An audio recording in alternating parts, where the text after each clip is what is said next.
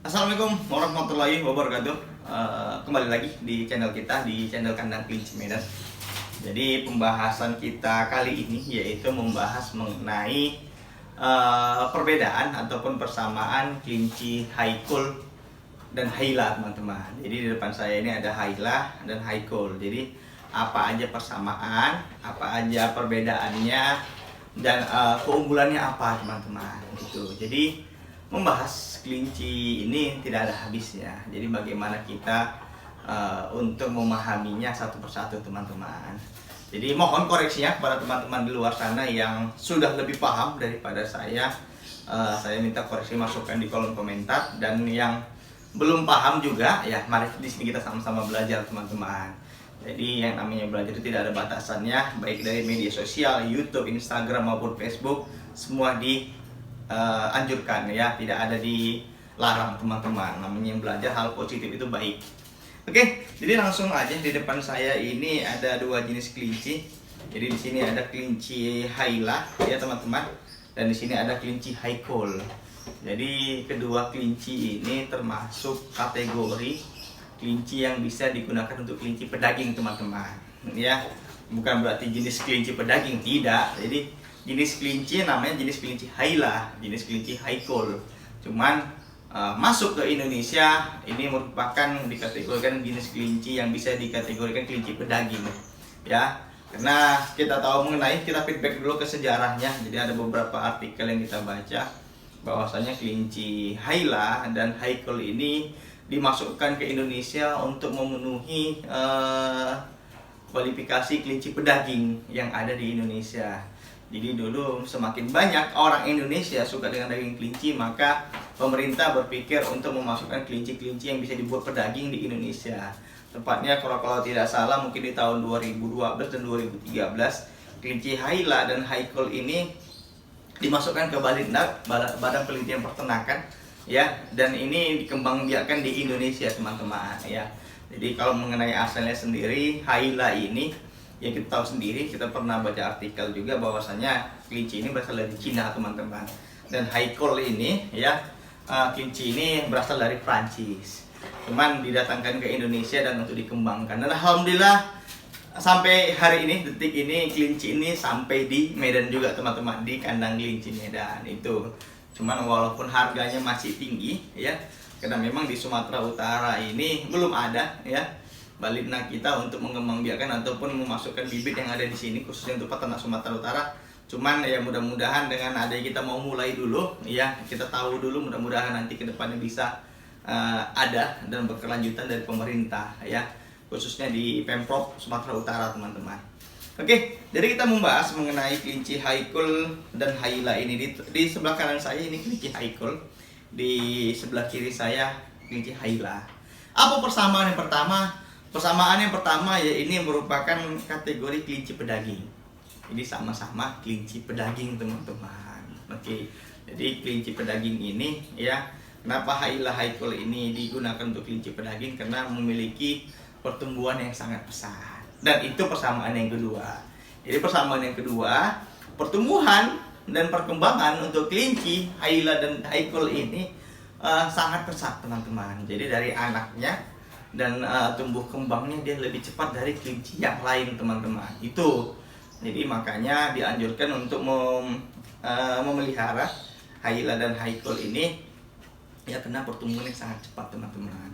Ada juga kelinci jenis NZW, New Zealand ya. Jadi kelinci New Zealand itu memang di luar masuk ke Indonesia sebelum adanya Haila dan Haikul ini, teman-teman.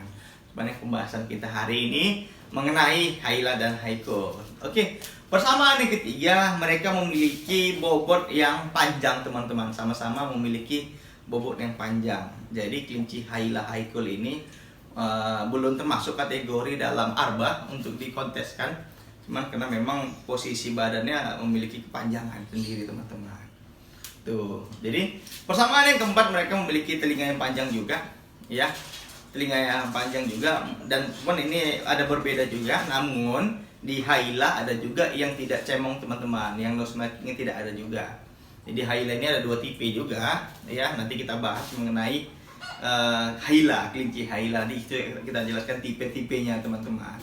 Jadi itu. Jadi yang pertama anak kembar itu memiliki telinga yang panjang dan wajah yang lonjong. Tuh, jadi persamaan kelinci Hyla itu mungkin yang kita pahami itu ada 4 seperti tadi. Yang intinya itu semuanya sama-sama baik teman-teman. Oke, untuk membedakannya ataupun perbedaan kelinci Hyla dan Haikul ini tidak banyak. Cuman kita harus mengetahui ciri-ciri fisiknya aja teman-teman. Karena bahkan kalau kita tanyakan langsung dari asal-usulnya dulu, kelinci Hyla itu jenis kelinci dari mana ya? Mungkin dari Balinga sendiri pun ataupun dari yang memproduksi mengimpor ke sini ya. Mereka tidak menjelaskan dari mana asalnya ini silangan Hyla ini silangan dari kelinci mana, Haikul ini silangan dari kelinci mana. Cuman mereka sudah hak paten ataupun sudah berkembang biak dengan baik, makanya dimasuk ke Indonesia sebagai salah satu jenis kelinci yang bisa dikategorikan kelinci pedaging teman-teman itu. Oke, perbedaannya mungkin bisa kita lihat di sini. Kalau dari segi warna ya, mungkin kalau di Haikul dia putih polos. Ya, putih polos, tidak ada Haikul yang seperti Hyla teman-teman, yang ada cemongnya ataupun nose marking. Jadi kali ini ada hitamnya, ada cemongnya, di kakinya juga ada hitamnya seperti Himalaya. Tapi ingat, kelinci Hyla bukan berarti kelinci Himalaya ataupun California, beda teman-teman. Jadi jangan beranggapan di sana, di luar sana Hyla itu sama dengan California, sama dengan Himalaya, beda ya. Karena dibandingkan dengan California dan Himalaya, Hyla ini yang membedakan dia itu perkembangannya lebih cepat, lebih pesat daripada dibandingkan dengan kelinci Himalaya ataupun California teman-teman. Oke, jadi mungkin itu yang perbedaan pertama. Ini memiliki warna yang berbeda dari segi telinga maupun dari segi tubuhnya atau warna di hidungnya teman-teman itu. Jadi perbedaan Hyla dan Haikul tidak banyak. Cuman biasanya persamaan yang hampir sama teman-teman. Jadi bisa kita lihat sendiri, lihat. Oke, ini. Jadi di sini ini Haikul yang usianya udah 6 bulan, Hyla-nya masih 5 bulan teman-teman. Jadi ini bisa dilihat sendiri. Oke. Jadi perbedaan saya rasa hanya itu ya, kalau dia yang memiliki nose marking yang berbeda teman-teman. Cuman kalau bisa kita kategorikan memang persamaannya hampir sama di sini. Kalau untuk mengenai posisi tubuh, postur tubuhnya hampir sama dengan Haikul, Hyla dan Haikul hampir sama. Cuma itu teman-teman di luar sana harus bisa memahaminya, bahwasanya yang namanya mengerti keturunan kelinci itu ya harus kita belajar bersama-sama teman-teman. Itu tadi beberapa persamaan ataupun perbedaan mengenai kelinci Hyla dan Haikul teman-teman. Jadi kalau kita membahas mengenai keunggulan dari kelinci ini, yang pertama, kelinci ini perkembangan atau pertumbuhan sangat pesat teman-teman. Jadi maka dikategorikan kelinci ini bisa cocok digunakan untuk kelinci pedaging teman-teman. Terus yang kedua, kelinci ini cukup liar ya, agresif ya, dan dia tidak kelinci pemalas. Dia kalau memang kita sentuh dia respectnya ataupun lebih cepat teman-teman, reaksinya lebih cepat daripada kelinci yang lain. Ya, dan yang ketiga, kelinci ini tidak rawan dari penyakit. Jadi kelinci ini cukup kebal ya dari berbagai macam penyakit teman-teman, walaupun kelinci ini bisa sakit juga. Cuman dibandingkan dengan kelinci lain, kelinci ini cukup tahan dengan berbagai macam penyakit teman-teman ya. Jadi makanya cocok dikembangbiakkan untuk menjadi kelinci pedaging. Karena kita tahu bahwasanya untuk memelihara kelinci pedaging itu di samping untuk menekan biaya pakan ya, kita juga harus mengantisipasi bagaimana penyakit-penyakit yang timbul pada kelinci. Cuman untuk di kelinci Hyla, Haikul ini penyakitnya masuk lebih rendah, tingkat untuk sakit lebih rendah teman-teman. Jadi tidak lebih tinggi dengan ataupun sama dengan kelinci-kelinci yang lainnya. Jadi daya tahan tubuhnya intinya lebih kuat dari kelinci yang lain teman-teman. Makanya kenapa kelinci ini bisa dikategorikan kelinci pedaging ya. Dan orang juga banyak memeliharanya skala besar. Oke. Jadi itu teman-teman mengenai video kita kali ini, info kita kali ini, mudah-mudahan bisa bermanfaat bagi kita semua.